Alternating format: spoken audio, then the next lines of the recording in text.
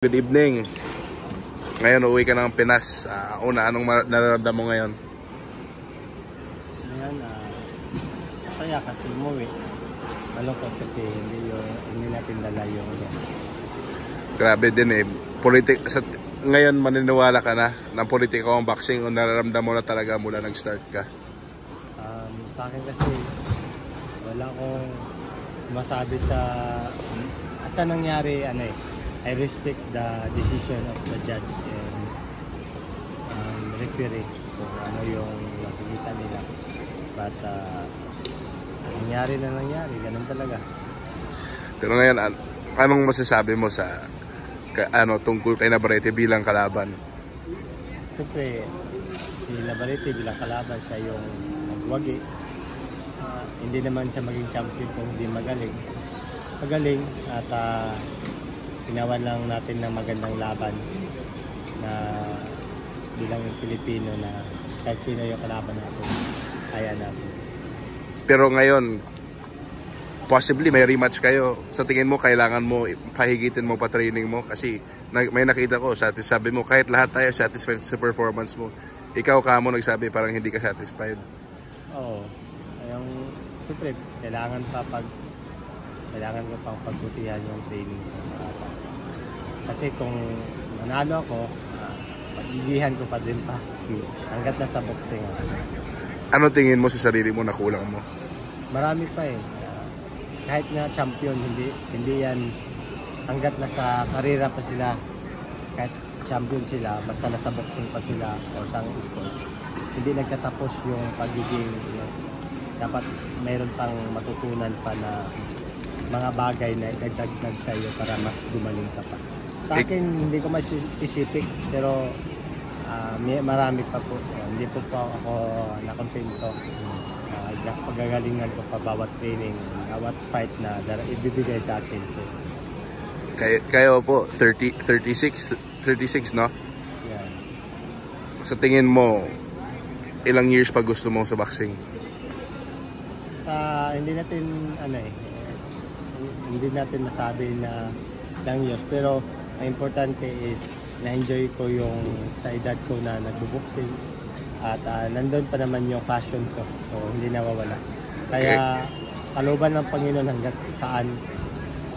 Marami kasi katulad ng isang champion, si Nietes, nag-comeback bigla 42. Tapos ngayon si Manny Pacquiao babalik. Sa tingin mo, pwede pa ba si Pacquiao? Oo, pwede pa kasi champion natin yan eh. At saka people champ natin yan. So, naging idol mo rin si Pacquiao ba?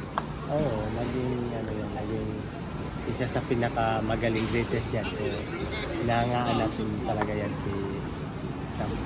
Ano masasabi mo tungkol sa laban niya kay Barrios? Tuloy na ba yun? Parang tuloy na eh. Masasabi magandang laban yun. At saka support natin yung pambansang kamao natin. Lagi. Ibig sabihin talaga age is just a number, no? Oo, niniwala ko dyan. Kasi yung our first enemy is ourselves. Yun yung pinakano. Kahit wala, sa sarili mo pa lang, talo ka na, wala na, hindi mo na ma-proceed yung kalaban mo or battle mo sa bukas. Kasi talo ka na sa ngayon mo pala na laban. Ngayon, lalaban yung isang kababayan mo si Pedro Taduran. Saan? Rematch sa Japan. Rematch sila? Rematch sa kahit na bugbog niya kalaban niya. Anong masabi ko? Anong masasabi mo? Anong advice mo kay Pedro para sa laban? So, Pedro Taduran, Champ, I believe sa kakayahan mo and marami kaming naniniwala at marami kaming magdarasal yan sa victory mo. Hindi ko man nabigo man ako nung laban ko kay Navarrete, but I'm praying and hoping that yung this coming doon ko may result sa kung ano pa mga pag-meetingan doon. Ikaw, iuwi mo yung victory at I know na mindset mo hindi matatalo sa laban. Basta alalay kami mga Pilipino sa prayers. Mga last 3 questions lang. Ngayon, ano sa tingin mo kailangan gawin ni Manny para sa laban niya kay Barrios? Sa akin, wala akong masabi sa ganyan kasi Senator Manny Pacquiao, people champ, ano na yun eh. Talagang nandun na eh. Abot niya ng pinakamataas na antas ng tagumpay sa boxing. Times World Champion, division pa. So, ang masabi ko, I'm backing you up in prayers, Senator. Kasi ang laro mo ay kasama ang buong Pilipino, karga mo. So, nandito kami marami. Tsaka isa pa, grabe ka respectful kahit dami nagbabash kay Navarrete sa referee, sa doktor, sa ano. Bakit kahit ano sa tingin mo kahit dapat panalo ka, bakit hindi ka masyado nagko-complain? Ano yan eh, karakter ng tao yan kasi. Ako kasi I respect na yun yan. Hindi po ako ganung tao kung ano po yung binigay nilang ano, pasya sa laban. Tanggapin ko, but ang nanonood na lang po yung magsabi. Alam naman natin na mayroong hustisya, so justice na lang.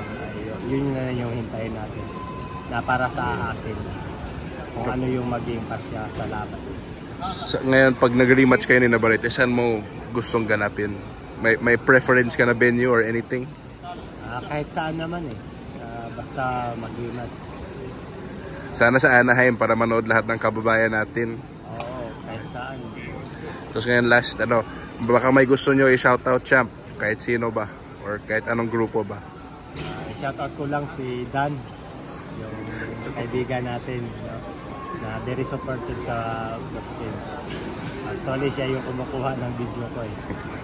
At sa lahat ng mga Pilipino na naniniwala, nagdarasal, sinusuporta sa akin, maraming salamat.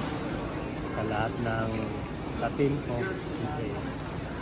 kay Governor Luis Chavez Quezon, kay Top Rank, sa kalaban ko na Navarrete, thank you sa napakagandang laban binigay mo sa akin at nakilala ako kahit paano sa buong mundo dahil sa iyo.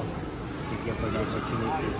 At sa Philippine Army, maraming po salamat. Hey Warriors! Team Kings Warriors, salamat champ.